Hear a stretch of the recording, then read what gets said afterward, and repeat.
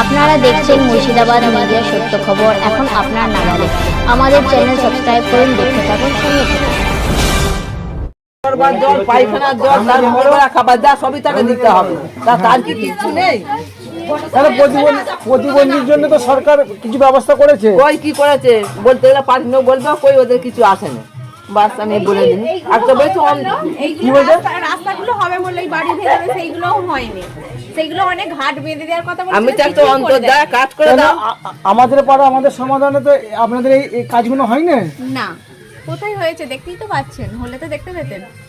মানে যেভাবে প্রচার করা হচ্ছে যে জাঙ্গিপাড়া বিলাকা প্রচুর উন্নয়ন হয়েছে, সেইভাবে আপনাদের পাড়ায় উন্নয়ন হয়নি। আশা করি আমাদের এখানটাই হয়নি, আমাদের রাধানগর অঞ্চলের আমাদের এইটাই শেষ প্রান্ত, এখানে কিছুই হয়নি, এখানে কিছুই হয়নি, কিছুই এসে পৌঁছায়নি রাধানগর অঞ্চলে আমাদের।